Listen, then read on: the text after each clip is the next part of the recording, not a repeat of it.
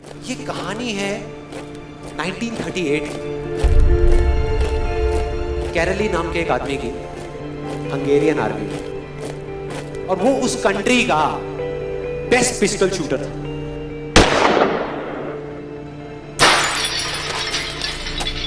जितनी भी national championships हुई थी उस कंट्री में, उसको वो जीत चुका था। और सबको ऑलमोस्ट कंफर्म था कि 1940s में जो ओलंपिक्स होने वाले हैं उसमें गोल्ड मेडल केरली को ही मिलेगा। और उसने सालों से ट्रेनिंग करी थी।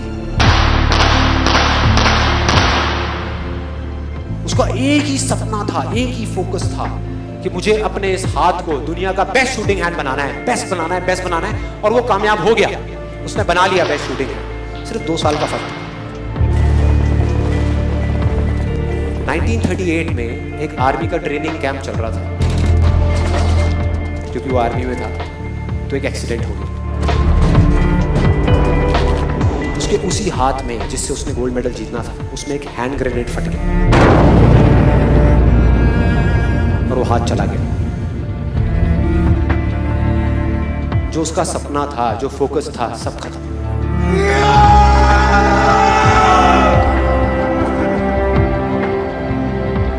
उसके पास 2 रास्ते थे। एक तो ये कि वो बाकी की पूरी जिंदगी रोता रहे और कहीं जा करके छुप जाए, या अपना जो गोल था जिस पे उसने फोकस किया हुआ था उसको पकड़ करके रखे। तो उसने फोकस किया उस पे नहीं जो चला गया था, जो उसके पास नहीं था। उसने फोकस किया उस पे जो उसके पास था।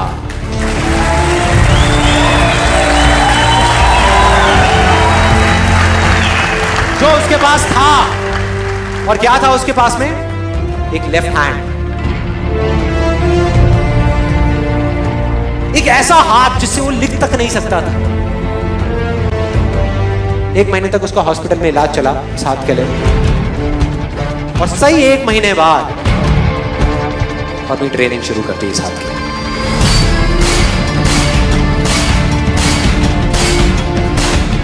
ट्रेनिंग के 1 साल बाद, मतलब कि 1939 में वो वापस आया।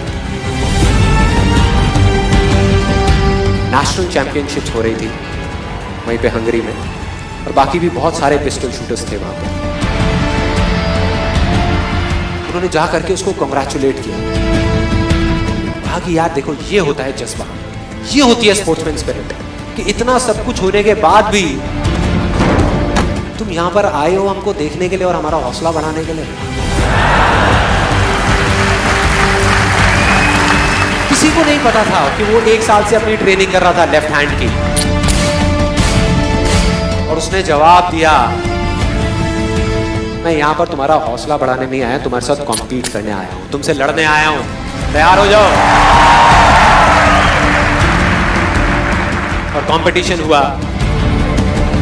बाकी सब वहां पर जितने भी लोग थे वो कॉम्पीट कर रहे थे अपने बेस्ट हैंड से। ये कॉम्पीट कर रहा था अपने ओनली हैंड से। ओनली हैंड से। कौन जीता?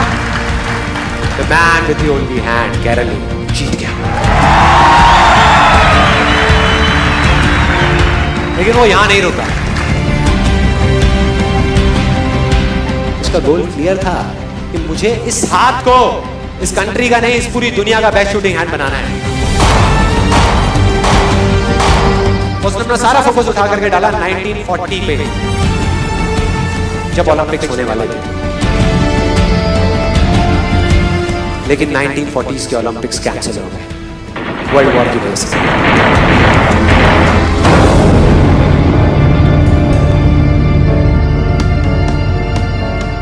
उसने अपना सारा फोकस उठा करके कहां डाल दिया? 1944 में जो ओलंपिक्स होने वाले थे उसके ऊपर। और 1944 में जो ओलंपिक्स होने वाले थे वो भी कैंसिल हो गए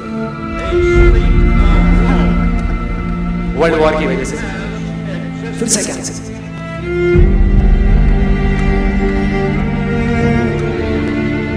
उसने अपना सारा फोकस उठा करके डाल दिया 1948 के ओलंपिक्स में। 1938 में उसकी एज थी 28 साल। 1948 में उसकी एज हो चुकी थी 38 इयर्स। और जो यंगर जो प्लेयर्स आते हैं निकल करके, उनसे कॉम्पीट करना मुश्किल होता चला जाता है। लेकिन मुश्किल नाम का ये वर्ड था ही नहीं उसकी डिक्शनरी में। वो गया, पूरे वर्ल्ड के बेस्ट शूटर्स आए हुए थे जो अपने बेस्ट हैंड से कॉम्पीट कर रहे थे, और ये अपने ओनली हैंड से कॉम्पीट कर रहा था। और कौन जीता? The man with the only hand.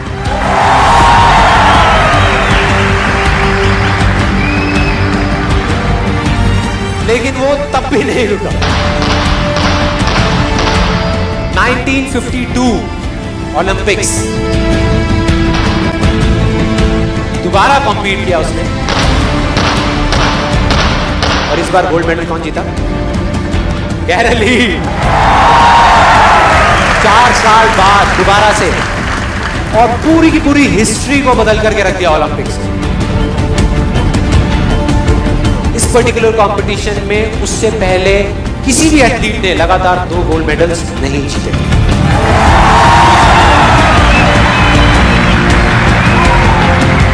अब किसी भी लूजर के पास चले जाओ, उसके पास लिस्ट होगी बहानों की कि मैं इस वजह से फेल हुआ अपनी लाइफ में, इस वजह से मैं कुछ नहीं कर पाया। बहुत लंबी लिस्ट है। दूसरी तरफ विनर के पास चले जाओ, उसके पास में 1000 वजह होगी वो ना करने की जो वो करना चाहता है, सिर्फ एक वजह होगी वो करने की जो वो करना चाहता है, और वो कर जाएगा।